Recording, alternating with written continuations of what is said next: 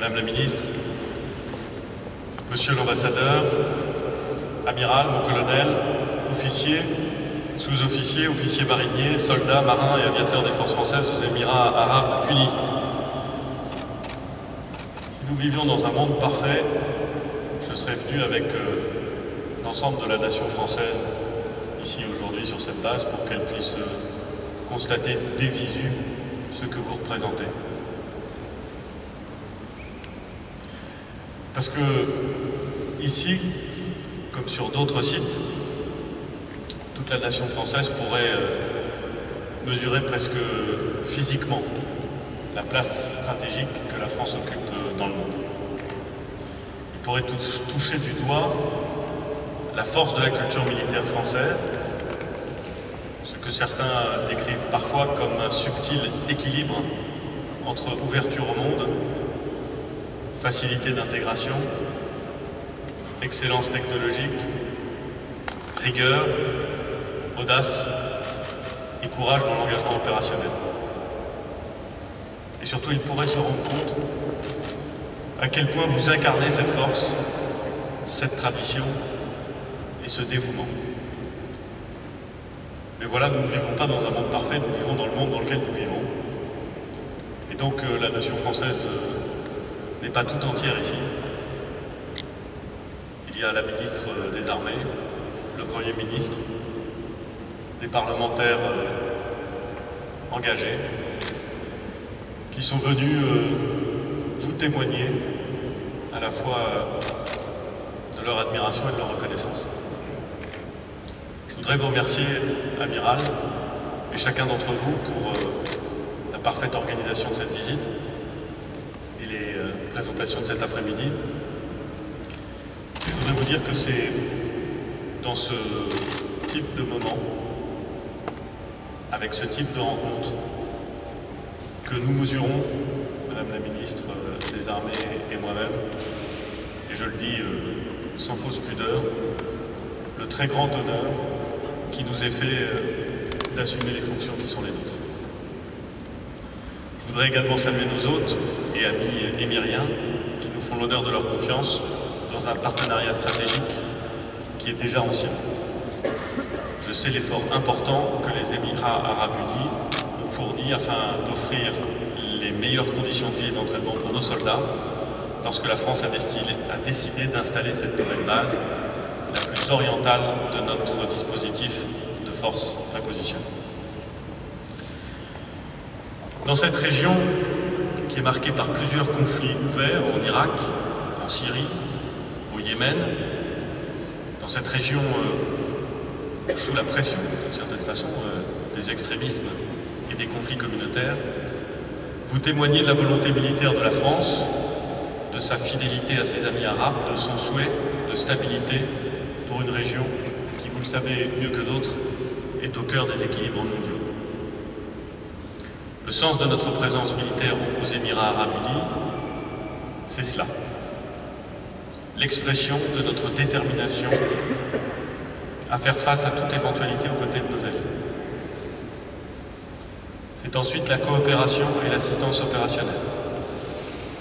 C'est la possibilité d'intervenir immédiatement, comme en 2014, face à Daesh en Irak.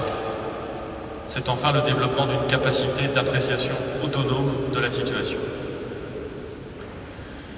Ce matin, après notre arrivée, nous avons eu l'occasion, beaucoup d'entre vous l'ont fait, j'imagine, de visiter le Louvre à Abu Dhabi. C'est une autre forme d'excellence française, assez différente, c'est vrai, mais qui n'est pas sans lien avec, au fond, ce que vous faites ici. Sans filer trop longtemps la référence à Du Bellay qui parlait d'une France mère des arts et des armes, je veux voir dans la conjonction entre ce Louvre à Abu Dhabi et la présence française permanente ici, le souhait d'inscrire notre présence, notre partenariat dans plusieurs dimensions qui se répondent et qui se complètent. Pour vous, c'est l'engagement, le courage, le service, Ce sont les Rafales que nous venons de voir à terre, colonel. J'en ai parlé au colonel. C'est le bâtiment de projection et de commandement Tonnerre et la frégate de défense antiaérienne Chevalier Paul, nous la verrons ce soir à Dubaï. Ce sont les chars Leclerc, les canons César, les VBCI du 5e régiment de cuirassiers, Nec pluribus impar, c'est une belle devise, mon colonel, une devise sur laquelle se reflète aujourd'hui l'éclat du soleil émirien, comme naguère celui du roi soleil, à qui nous devons justement cette devise. À cet égard, je veux spécialement dire aux équipages de l'escadron Provence, ici sur cette base aérienne 104, combien nous leur sommes reconnaissants pour leur action déterminante dans les opérations de la région. Ils sont aux avant-postes des armées, au moment où les armées sont elles-mêmes à l'avant-poste des priorités du gouvernement. Ce jeudi, Madame la ministre des Armées a présenté au Conseil des ministres le projet de loi de programmation militaire pour les années 2019-2025. C'est une loi de reconquête. C'est un effort inédit et incomparable, pour reprendre les termes du président de la République. Sur la période 2019-2023, ce sont près de 200 milliards d'euros que l'État investira dans sa défense et ses armées afin de porter la trajectoire des ressources à 2% du produit intérieur brut en 2025. Et ce n'est pas qu'une ambition, c'est un engagement ferme. Cette loi sera votée avant l'été. Elle inscrira dans notre droit notre volonté de nous doter des moyens dont notre défense a besoin. Nous allons porter une grande attention à la condition du personnel, aux militaires et à leurs familles. Parce que les militaires et leurs familles sont le cœur des armées. Nous allons moderniser nos équipements, nous renforcer dans les composantes émergentes comme le cyber, lancer le renouvellement des composantes de la dissuasion nucléaire, continuer à innover. Les 5 fonctions stratégiques seront confortées, comme celle de la prévention, à laquelle les forces de présence contribuent directement. Et comme chef du gouvernement, je peux vous assurer que c'est un effort considérable de la nation pour les armées. Il est considérable, mais il est nécessaire. Et quand je vous vois, l'engagement des forces françaises, je sais que c'est un effort justifié. Je sais que l'investissement que la nation consent ne sera pas vain.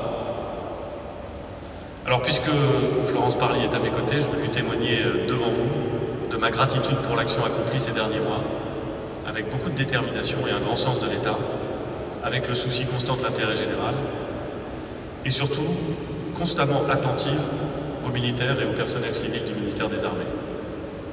Je voudrais vous remercier, Madame la Ministre, et j'associe évidemment à ces remerciements le chef d'état-major des armées, le général François Lemoindre, ainsi que l'ensemble de ceux qui vous ont accompagnés et qui vous accompagnent dans cette tâche.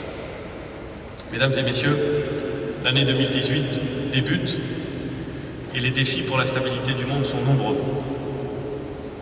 Le Proche et le Moyen-Orient font face à des profondes tensions. Comme beaucoup d'autres avant vous, comme beaucoup d'autres après vous, vous faites le choix de servir les armes de la France. C'est un choix exigeant, c'est un choix difficile, pour vous, parfois pour vos familles, et c'est un choix qui vous honore. Mais il nous honore, nous aussi, responsables politiques, et nous aussi, citoyens français. Je voudrais donc que vous soyez absolument sûrs de ma totale confiance et de ma très grande considération. À chacun d'entre vous, de l'armée de terre, de la marine nationale, de l'armée de l'air et des différentes directions et services interarmés, à ceux qui sont éloignés de leur famille, comme nos familles elles-mêmes, je veux dire une chose toute simple. Merci. Merci de votre engagement, merci de vos fatigues, de vos douleurs parfois. Merci de faire passer le service de la France avant d'autres choses qui sont importantes aussi dans la vie d'un homme ou d'une femme. Je vous souhaite évidemment une pleine réussite dans l'accomplissement de vos missions. J'ai cité Du Bellay, et je voudrais conclure en citant Joseph Kessel dans son roman Le Bataillon du ciel. Il disait, amiral, colonel, n'y voyez aucune malice, les sentiments, ça n'a pas de galon. Alors permettez-moi, mesdames et messieurs, d'oublier les galons et de vous dire nos sentiments et notre confiance. Merci.